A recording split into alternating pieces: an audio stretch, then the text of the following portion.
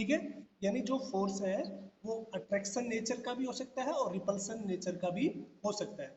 अब देखिए अट्रैक्शन का कब होगा, अगर हम बात करें दोनों जो चार्ज है अगर वो अनलाइक चार्ज है, यानी प्लस और माइनस इस तरह के चार्ज है, तो जो आपका नेचर होगा वो कैसा होगा, अट्रैक्शन का होगा। और रिपल्सन का कब होगा,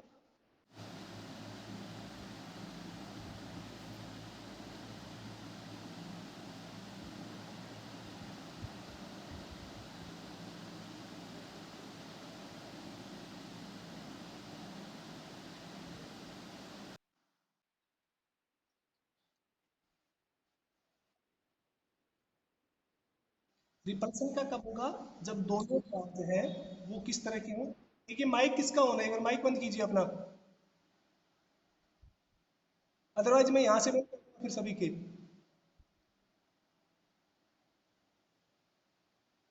ठीक है। तो ये यहाँ पर एक तो अट्रैक्शन का हो सकता है या फिर रिपल्सन का। और रिपल्सन फोर्स कब होगा, जब दोनों चार्ज कैसे हों, लाइक चार्ज हो। ठीक है। हमने ये भी बात की थी कि ग्रेविटेशन हमेशा अट्रैक्टिव नेचर का होता है between any two stationary point charge. यानी ये ध्यान रखना कि जो चार्ज है वो कैसे होने चाहिए, स्टेशनरी चार्ज होने चाहिए, यानी स्टेबल होने चाहिए। इलेक्ट्रोस्टैटिक के अंदर हम यही पढ़ेंगे कि चार्ज कैसे होने चाहिए, stationery, separate by the finite distance is directly proportional to the product of a charge। यानी किस पे डिपेंड करता है, एक तो प्रोडक्ट पे and inversely proportional to the square of distance between them. यानी जो चार्ज है वो किन किन पे, दो चार्ज के बीच जो फोर्स है, एक तो दोनों चार्ज के जो प्रोडक्ट है उनके डायरेक्टली प्रोपोर्शनल होता है, और उसके अलावा जो दोनों चार्ज है उनके बीच की जो डिस्टेंस होती है उनके क्या होता है, स्क्वायर के इनवर्सली प्रोपोर्शनल होता है। ठीक है। अब हम बात करते हैं कि पॉइंट चार्ज के बारे में। पॉइंट चार्ज क्या होता है,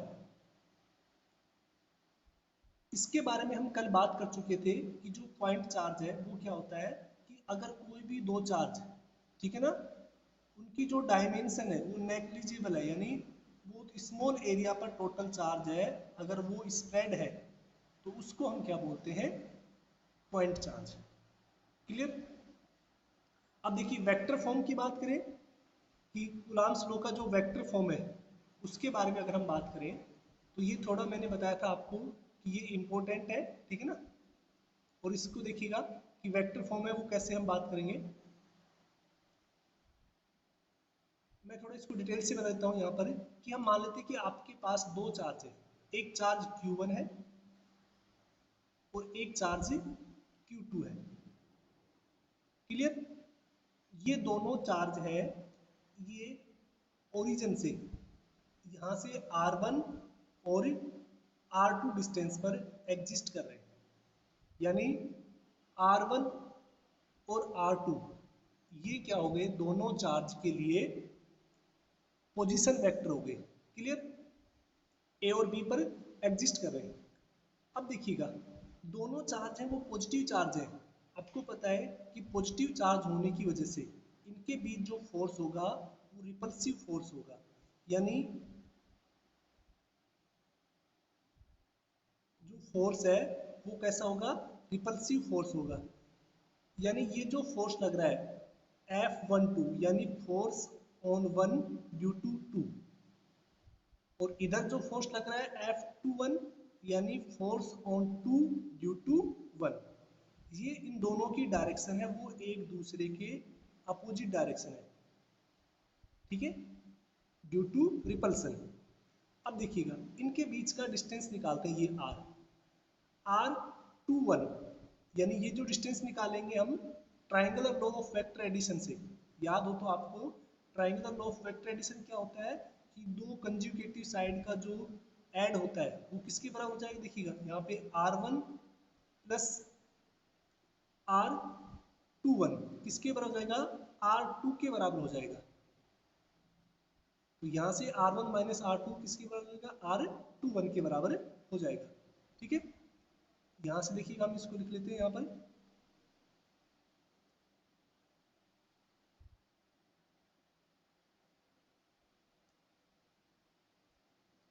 कि ट्राइंगल ओ ए बी से, जब हम इस ट्राइंगल ओ ए बी से बात करेंगे तो ओ ए प्लस ए बी किसके बराबर हो जाएगा, ओ बी के बराबर हो जाएगा।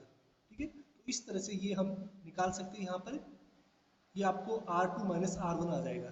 ठीक है, तो इसी तरह से हम R21 निकाल लेंगे, अभी हमने क्या निकाला है 1 2 निकाला है, ऐसे हम R21 निकाल लेंगे किससे, ट्राइंगल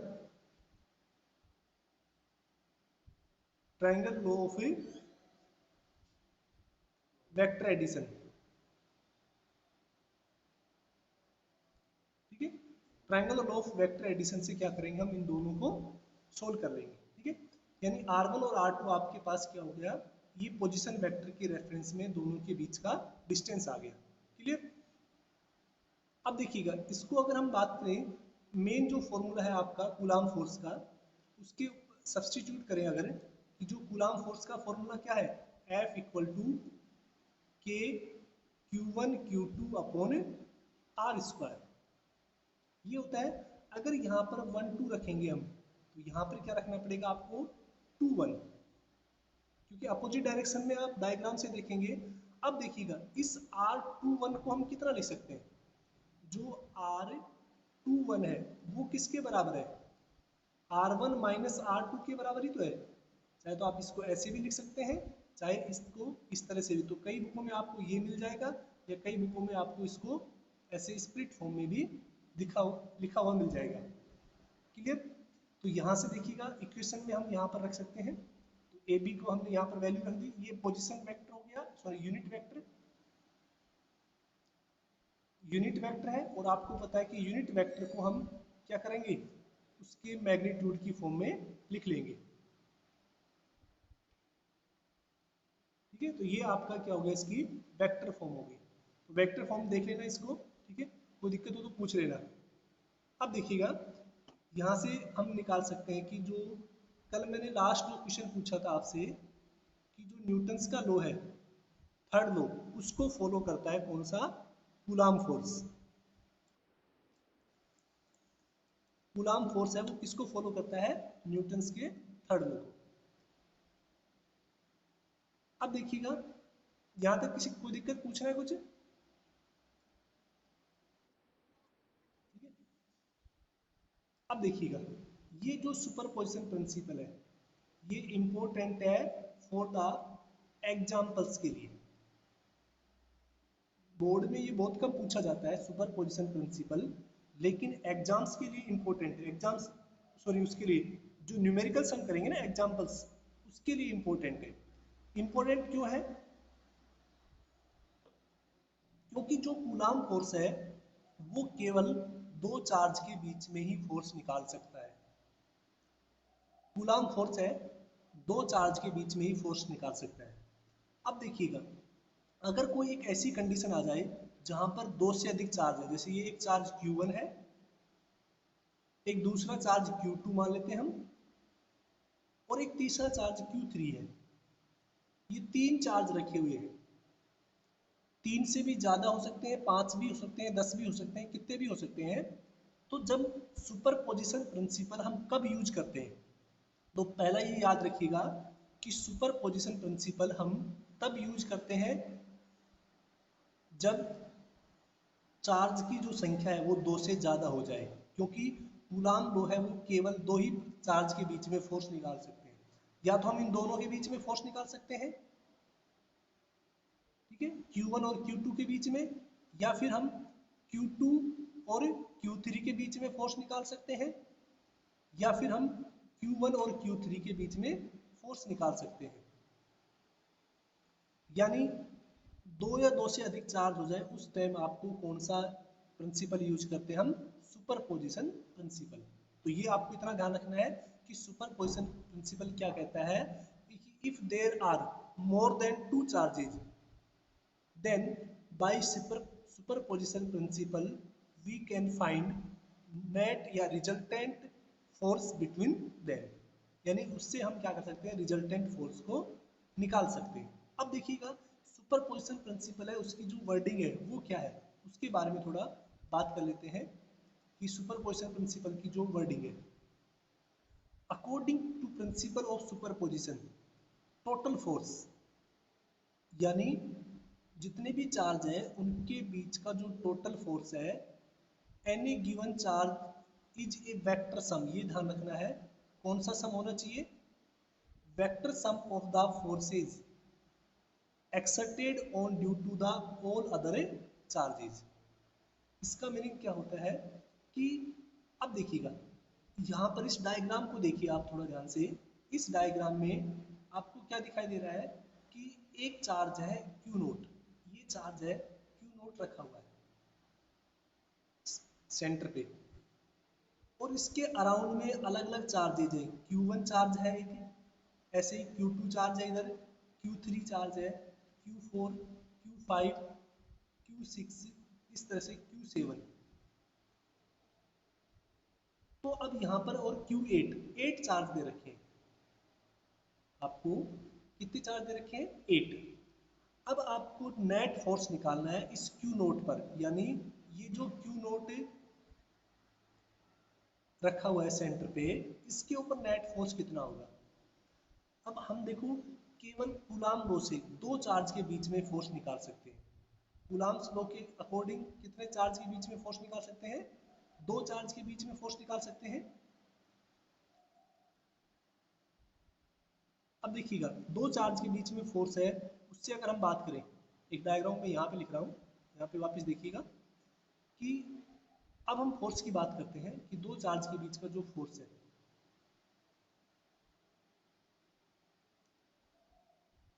देखिए इस Q नोट और Q1 के बीच में ये फोर्स कितना हो जाएगा? मान लेते हैं ये फोर्स है F नोट 1, ठीक है। यानी हम किसके ऊपर निकाल रहे हैं टोटल फोर्स? या F नेट निकाल सकते हैं हम, या F नोट जो है आपका टोटल फोर्स है। तो इन दोनों के बीच का फोर्स, ठीक है। अब देखिएगा, ये वाला जो चार्ज Q नोट है, इसको Q1 चार्ज है, वो किधर की तरफ रिपेल करेगा? इस डायरेक्शन में रिपेल करेगा। ये थोड़ा ध्यान रखना है आपको डायरेक्शन का। क्वेश्चन को ध्यान से देखिए यहाँ पर है कि ये Q1 रिपेल क्यों नहीं हो रहा है, इधर की तरफ रिपेल, हम डायरेक्शन क्यों नहीं लिख रहे? ये छोटी छोटी चीजें कि देखिए आपसे क्या पूछ रहा है, फोर्स ऑन Q नोट, यानी इस Q नोट पे फोर्स निकालना है आपको। Force on a Q naught due to Q1, यानी Q नोट के ऊपर Q1 की वजह से फोर्स। तो देखिए Q1 जो है इस Q नोट को इधर ही तो दूर भगाने की कोशिश करेगा ना। आप चाहे तो इसको इधर लिख सकते हो, डायरेक्शन को दूर भगाने की कोशिश करेगा। तो जो नेट फोर्स है वो किसके बराबर हो जाएगा? इसके बराबर हो गया फर्स्ट वाले। अब इस Q नोट के ऊपर ये Q2 भी तो फोर्स लगा रहा है, ये भी इसको रिपेल करेगा, क्योंकि सारे ही चार्ज कैसे लिए हमने? पॉजिटिव लिए हैं। अभी हम जितने भी डिस्कस करेंगे वो सारे पॉजिटिव से ही डिस्कस करेंगे। तो ये कितना हो गया? यहाँ पर जो फोर्स होगा दूसरा, वो किसके बराबर हो जाएगा? एफ नोट टू के बराबर। क्लियर? ऐसे तीसरा भी लगाएगा, फोर्थ लगाएगा, फिफ्थ लगाएगा, सारे रिपल्सिव फोर्स लगाएंगे। तो इस तरह से ये अप टू कितना हो जाएगा? एफ नोट एन तक, जो इक्वेशन फर्स्ट है। अगर एन चार्ज है, अगर एन चार्ज पार्टिकल्स है, तो क्यू नोट पर जो लगाया गया फोर्स है वो किसके बराबर होगा? कितनी? दो इंडिविजुअल चार्जेज के द्वारा जो फोर्स है उन सभी के वेक्टर सम के बराबर। यानी ये जो नेट फोर्स है किसके ऊपर है? ये फोर्स नेट है, ये इस क्यू नोट के ऊपर है,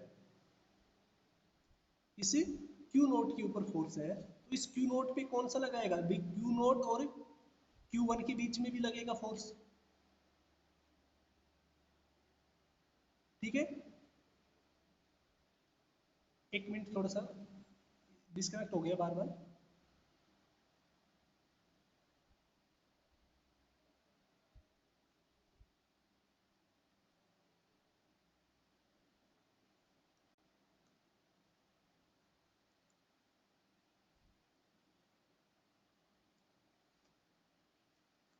यानी अब जो नेट है दूसरा है, उसके बारे में बात करें, यानी ये एफ नोट इस एफ नोट और टू के बीच में भी हो जाएगा। इस तरह से जितने भी चार्जेज हैं उन सभी के बीच में क्या होगा, फोर्स लगेगा। ठीक है, यानी सुपरपोजिशन प्रिंसिपल क्या कहता है कि किसी भी एक इंडिविजुअल चार्ज पर, किसी भी एक इंडिविजुअल चार्ज पर जो नेट फोर्स लगेगा वो जितने भी फोर्सेज लग रहे हैं उन सभी के वेक्टर सम के बराबर होगा। आए समझ में, एक बार बता दीजिए जल्दी से। ठीक है, तो ये सुपरपोजिशन प्रिंसिपल काफ़ी जगह आएगा, जब हम इलेक्ट्रिक फील्ड पढ़ेंगे उस टाइम भी सुपरपोजिशन प्रिंसिपल आएगा। इसके अलावा जब हम पोटेंशियल पढ़ेंगे वहां पर भी क्या होगा, सुपरपोजिशन प्रिंसिपल आएगा। ठीक है, अब देखिएगा इसको थोड़ा आगे डिटेल से लिख लेते हैं कि सुपरपोजिशन प्रिंसिपल में कैसे हो गया। एक मिनट,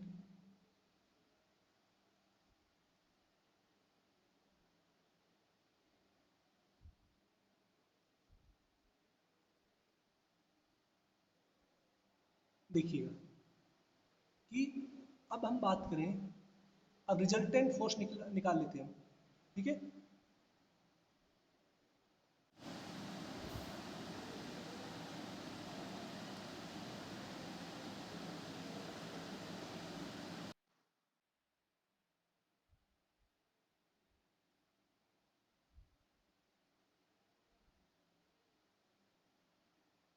सभी को दिखाई दे रहा है क्या स्क्रीन पे?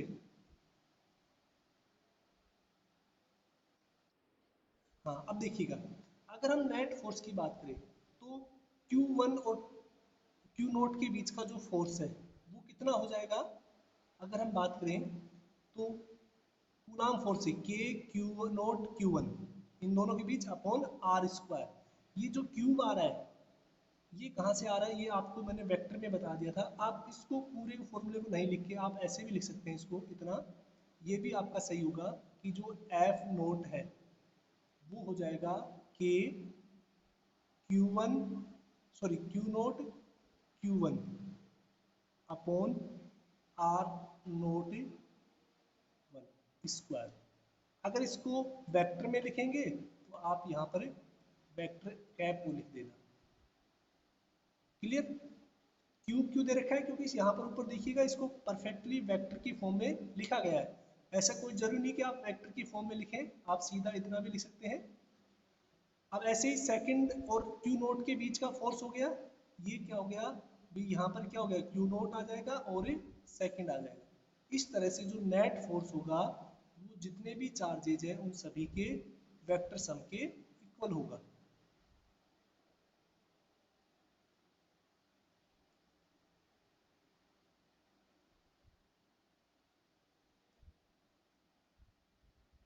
यहाँ पे जो वैल्यू रखी हुई है ये सिंपल मैथमेटिक्स है, यानी यहाँ पर के क्यू नोट को कॉमन ले लिया गया है और उसके बाद इसको सोल्व कर लिया गया है। ठीक है ना, दो के क्यू वन क्यू टू, यानी ये के क्यू नोट कॉमन आ गया। इसके बाद भाई क्यू आई हो गया, आई कहाँ से स्टार्ट हो रहा है, वन से लेके और एन तक हम यूज कर रहे हैं उनको एन चार्जेस के लिए। तो q i upon r naught upon i का क्यू। समझ में आया कि नहीं, एक बार बता दीजिए।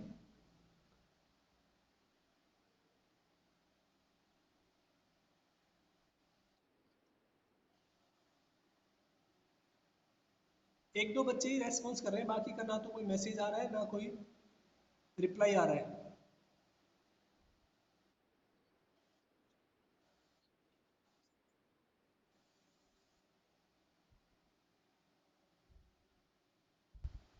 ठीक है, तो ये जो यूज है, ठीक है ना, ये मोस्टली न्यूमेरिकल सोल्व करने में काम आता है। ठीक है, तो इसका थोड़ा ध्यान रखना है कि हम इसको किस में काम लेंगे, न्यूमेरिकल्स वगैरह सोल्व करने में काम लेंगे।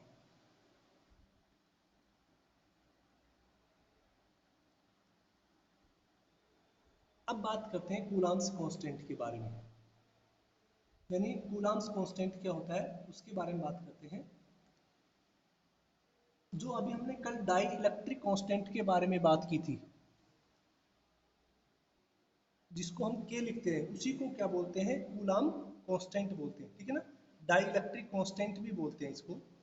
तो जो दो चार्ज के बीच में जो फोर्स होता है उसको हम किससे लिखते हैं, k q one q two upon r square. देखो यही फॉर्मूला आप याद रखना है, मेनली न्यूमेरिकल्स वगैरह सब इसी से होंगे। ठीक है, वेक्टर फॉर्म में तो आपको तभी लिखना है जब आपसे पूछा जाए, अदरवाइज आपको नहीं लिखना है।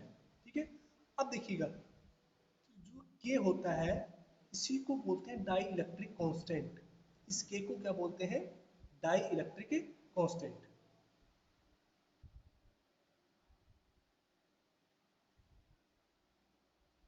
जो के है ये डाई इलेक्ट्रिक कांस्टेंट है और इसकी वैल्यू है वो मीडियम पर डिपेंड करती है। ये अलग अलग मीडियम के लिए इसकी वैल्यू क्या होती है, अलग अलग होती है।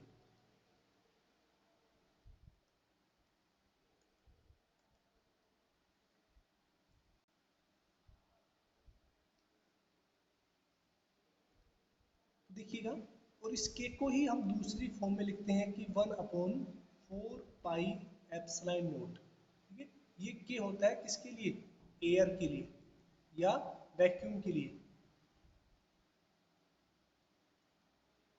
दोनों के लिए हम लगभग सेम ही मानते हैं। ठीक है, अब देखिएगा ये जो के की वैल्यू है ये एयर के लिए, अगर हम बात करें किसी भी मीडियम के लिए तो जो एप्सिलॉन नोट है ये परमेएबिलिटी ये एयर की होती है, और किसी भी दूसरे मीडियम के लिए वो कितनी हो जाती है, ई इंटू ई आर। ठीक है, तो यहाँ से देखिएगा ये जो ई इंटू ई आर है इसी को हम लिखते हैं एप्सिलॉन, इसी को क्या लिखते हैं हम, एप्सिलॉन। ठीक है, हियर के इज रिप्रेजेंट कूलाम कांस्टेंट। तो के के बारे में आप थोड़ा इतना याद रखिएगा कि के है एक तो मीडियम पर डिपेंड करता है और इसकी जो वैल्यू है वो आपको याद होनी चाहिए 10⁻⁹ न्यूटन मीटर स्क्वायर पर कूलाम स्क्वायर। और तीसरा इसकी डायमेंशन, कल हमने इसकी डायमेंशन लिखी थी m1l3 a-2 और t-4, ये इसकी डायमेंशन कल हमने लिखी थी। ठीक है, तो इस के बारे में थोड़ा और देख लेते हैं।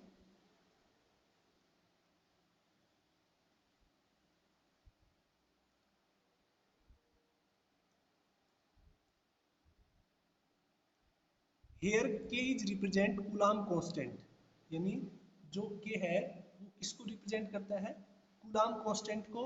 And epsilon note is the permittivity of A free space. तो ये जो एप्सिलॉन नोट है इसको क्या बोलते हैं, परमिटिविटी।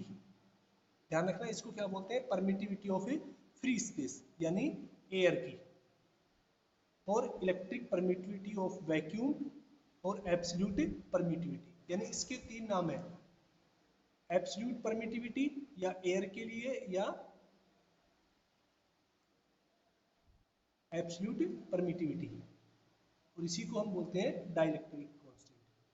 अब देखिएगा एप्सिलॉन नोट की जो वैल्यू है उसके बारे में बात कर लेते हैं कि एप्सिलॉन नोट की जो वैल्यू है वो कितनी होती है। वैसे तो आपको याद रखने की जरूरत नहीं है एप्सिलॉन नोट की वैल्यू, क्योंकि ये आपके एग्जाम पेपर में दी हुई होती है, जितने भी कांस्टेंट हैं उनकी वैल्यू आपके एग्जाम में दी हुई होती है। फिर भी हम एक बार बात कर लेते हैं।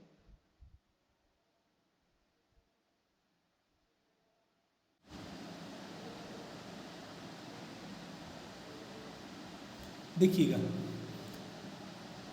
जो एप्सिलॉन नोट की वैल्यू है वो 8.85, मैंने कल भी बताई थी आपको कि 8.8 10⁻⁻12 ये होती है किसके लिए, एयर के लिए। Clear, the value of E R, ये जो ई नोट होती है ये एयर की होती है या वैक्यूम की होती है, और ई आर होती है ये किसी भी मीडियम की होती है, किसी भी मीडियम की। तो the value of E R is different for different medium. तो वैक्यूम के लिए ये ध्यान रखना ई आर की वैल्यू कितनी हो जाएगी 1, तो के की वैल्यू 1/4 पाई एप्सिलॉन नॉट यानी ई आर इक्वल टू कितना हो गया 1। इसको सोल्व करेंगे तो के की वैल्यू को हम कल बात कर चुके थे 9 × 10⁻⁹।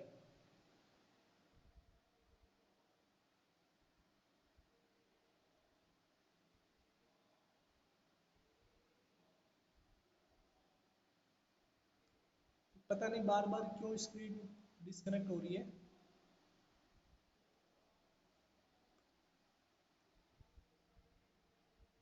तो ये आगे सभी के पास स्क्रीन वापस से।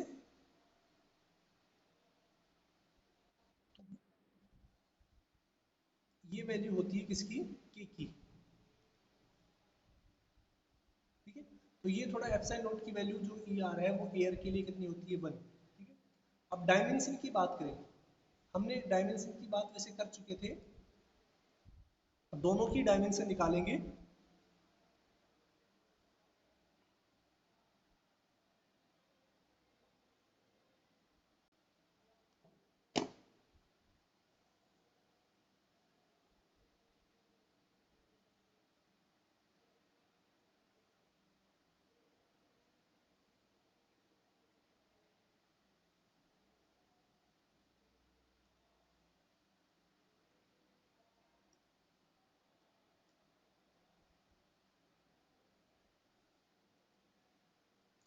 अगर हम डायमेंशन की बात करें तो दोनों की डायमेंशन हम निकाल चुके थे कल। के लिए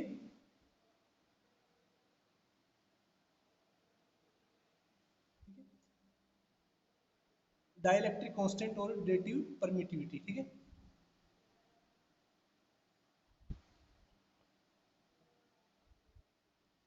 तो देखिए डाइलेक्ट्रिक कांस्टेंट और रिलेटिव परमिटिविटी इसके बारे में बात कर लेते हैं। एक मिनट, ये मैसेज पढ़ता हूँ किसका। अरे, और वैक्यूम की परमिटिविटी सेम होती है, हाँ। देखिएगा, याना ने पूछा है कि एयर और वैक्यूम की परमिटिविटी सेम होती है क्या। देखो, लगभग सेम होती है, ठीक है ना। एग्जैक्ट सेम तो नहीं होती, लेकिन क्या होती है, लगभग हम सेम मानते हैं। न्यूमेरिकल्स के अंदर हम चाहे एयर हो या वैक्यूम हो, हम सेम ही वैल्यू उसको सब्स्टिट्यूट करते हैं। कोई माइनर सा डिफरेंस होता है, जैसे कि अगर हम एयर के अंदर लाइट की स्पीड और वैक्यूम के अंदर लाइट की स्पीड को दोनों को 3 × 10⁸ ही कंसीडर करते हैं, तो उसी तरह से परमिटिविटी को भी वैक्यूम के लिए भी और एयर के लिए भी क्या करते हैं, हम सेम ही कंसीडर करते हैं। अब देखिएगा, ये वाला जो टॉपिक है ये थोड़ा सा इंपॉर्टेंट है।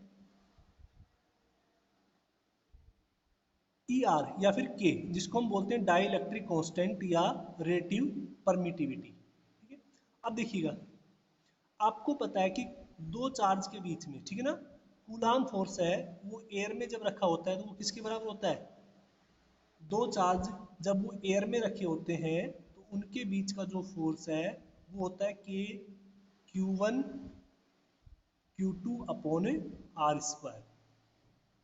ठीक है, और के को हम लिख सकते हैं 1/4πε0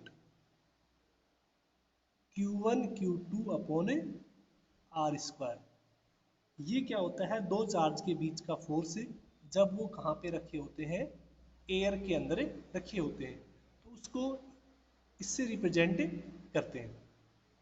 अब देखिएगा, अगर हम दोनों चार्ज के बीच में कोई मीडियम यूज करते हैं, ठीक है ना, हम मान लेते हैं कि कोई भी दो चार्ज हैं, उनके बीच में एयर के अलावा कोई दूसरा मीडियम है, चाहे वो वाटर हो सकता है, चाहे वो सैंड हो सकता है, ग्लास हो सकता है, वुड हो सकता है, या कोई भी दूसरा मटेरियल हो सकता है, और हम मान लेते हैं कि उस मटेरियल की परमिटिविटी है वो कितनी है, ई आर के बराबर है। तो उस केस में जो फोर्स है वो कितना हो जाएगा, देखो, ई आर किससे मल्टीप्लाई हो जाएगा, ई नोट और ई आर आपस में क्या हो जाएंगे, मल्टीप्लाई हो जाएंगे। ठीक है, यहाँ पर देखिएगा, वापस से मैं बता रहा हूँ, तो ये तो दो फोर्स है, ये दो चार्ज के बीच में फोर्स जब वो वैक्यूम में रखे हों, ये वाला फोर्स है किसके बीच में है, दो चार्ज के बीच में फोर्स जब वो मीडियम में रखे हों, और यहाँ पर ई आर है, ये क्या है, उस मीडियम की परमिटिविटी, या फिर जो आपने कांस्टेंट यूज किया, जो मटेरियल आपने यूज किया है उसका डाई इलेक्ट्रिक कांस्टेंट। अब ये तो मीडियम का फोर्स हो गया, और ये किसका हो गया, एयर का फोर्स हो गया। अगर हम इन दोनों को डिवाइड करते हैं, एयर के फोर्स को और मीडियम के फोर्स को अगर हम डिवाइड करें, तो देखिएगा, जब डिवाइड करेंगे तो ये वैल्यू तो कैंसिल हो जाएंगी, और केवल आपके पास क्या बचेगी, ई आर बचेगा। भाई 1/4 पाई दोनों तरफ से ये कैंसिल हो जाएगा, यहाँ से ये कैंसिल हो जाएगा, ठीक है। Q1 और Q2 ये भी यहाँ पर कैंसिल हो जाएंगे, डिस्टेंस भी क्या हो जाएगी, कैंसिल हो जाएगी, एप्सिलॉन नोट से एप्सिलॉन नोट कैंसिल हो जाएगा, केवल और केवल आपके पास क्या बचेगा, ई आर बचेगा। तो यानी यहाँ पर जो फॉर्मूला निकल के आया है ई आर का, ये जो फॉर्मूला निकल के आया है ई आर का, ये एक्चुअल में क्या है यहाँ पर,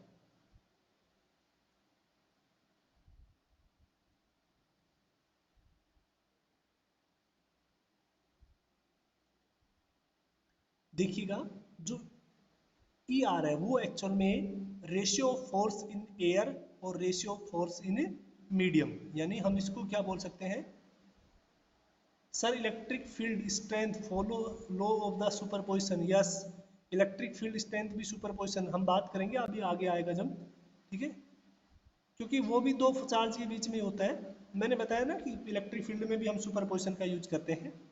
देखिएगा, तो यहाँ पर इस एक्सप्रेशन को देखिएगा, जो फोर्स है एफ एयर में अपॉन एफ मीडियम में, यानी एफ एयर को हम क्या बोल सकते हैं, एफ नोट लिख सकते हैं, और मीडियम को हम क्या मान लेते हैं, एफ एम मान लेते हैं। तो वो किसके बराबर होता है, ई आर के बराबर होता है। यानी इसी को हम कैसे डिफाइन कर सकते हैं कि डिफाइन एज, ठीक है, द रेशियो ऑफ फोर्स, ठीक है, the ratio of force acting between two point charge in air to the force between two point charge in any medium, ठीक है। तो डाई इलेक्ट्रिक कांस्टेंट एक्चुअल में क्या होता है, it is the ratio of force of any medium with respect to force in air, ठीक है। इस तरह से भी हम इसको बोल सकते हैं कि एयर में दो चार्ज के बीच का फोर्स और किसी मीडियम में दो चार्ज के बीच का फोर्स का जो रेशियो होता है उसी को हम डाइलेक्ट्रिक कांस्टेंट बोलते हैं। इसकी और भी डेफिनेशन आएंगी, इलेक्ट्रिक फील्ड के केस में भी डेफिनेशन आएगी, तो इस डाइलेक्ट्रिक कांस्टेंट की 3-4 डेफिनेशन होती हैं, ठीक है। अब देखिएगा, आपको पता है कि जो एयर के लिए जो एप्सिलॉन नोट है वो उसकी वैल्यू होती है 1, ठीक है। इसका मीन्स जो फोर्स है एयर का वो हमेशा मैक्सिमम होता है, यानी अगर दो चार्ज को एयर के अलावा किसी भी मीडियम में रखेंगे, एयर के अलावा किसी भी मीडियम में रखेंगे, तो उनके ऊपर जो फोर्स की वैल्यू है एयर की रेस्पेक्ट में क्या हो जाएगी, डिक्रीज हो जाएगी। और एक थोड़ा इंपॉर्टेंट आपको ध्यान रखना है कि जो एप्सिलॉन नोट है वो मेटल के लिए, यानी किसी भी कंडक्टर मेटल के लिए इसकी वैल्यू कितनी होती है, इनफाइनाइट होती है, ये ध्यान रखना है, ठीक है। अब देखिएगा, अब ये थोड़ा क्वेश्चन दे रखा है, इसको थोड़ा देख लेते हैं।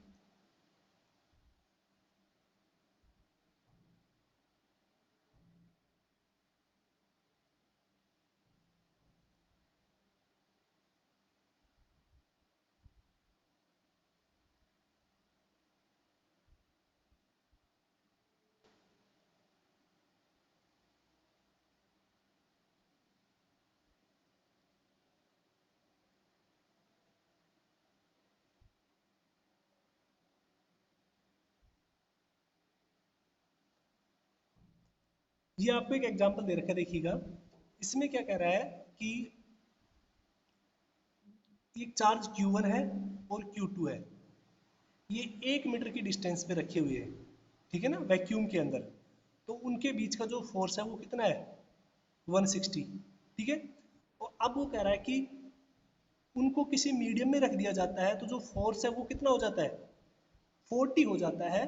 तो आपको निकालना है डाइलेक्ट्रिक कांस्टेंट कितना हो जाएगा, तो डाइलेक्ट्रिक कांस्टेंट कितना होता है, force in vacuum upon force in medium, यानी 160 अपॉन 40 जब इसको निकालेंगे तो ये कितना आ जाएगा, 4 आ जाएगा।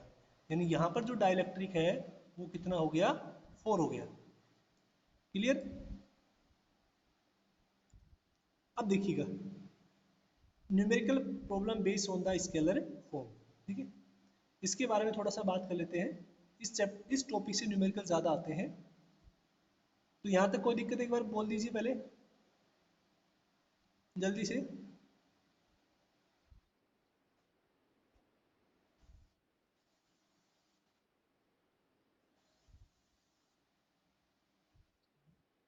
हाँ बोलिए।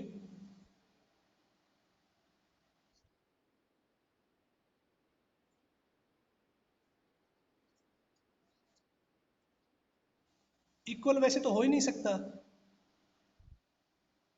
कैसे हो सकता है? क्योंकि आपको पता है कि एयर के लिए जो एप्सिलॉन नॉट है, वो उसकी वैल्यू होती है, सॉरी, एयर के लिए जो ई आर की वैल्यू होती है, एक मिनट देखिएगा, मैं इसको लिख रहा हूँ यहाँ पे भी। एयर के लिए हम बात करें, एयर के लिए जो ई आर है वो होता है 1, और किसी भी मीडियम के लिए हमेशा ई आर की वैल्यू एयर से क्या होती है, ज़्यादा होगी, ये ध्यान रखना। तो फोर्स तो हमेशा ही डिक्रीज होगा, बराबर हो ही नहीं सकता। ठीक है, तो ये ध्यान रखना। क्या कह रहे हो?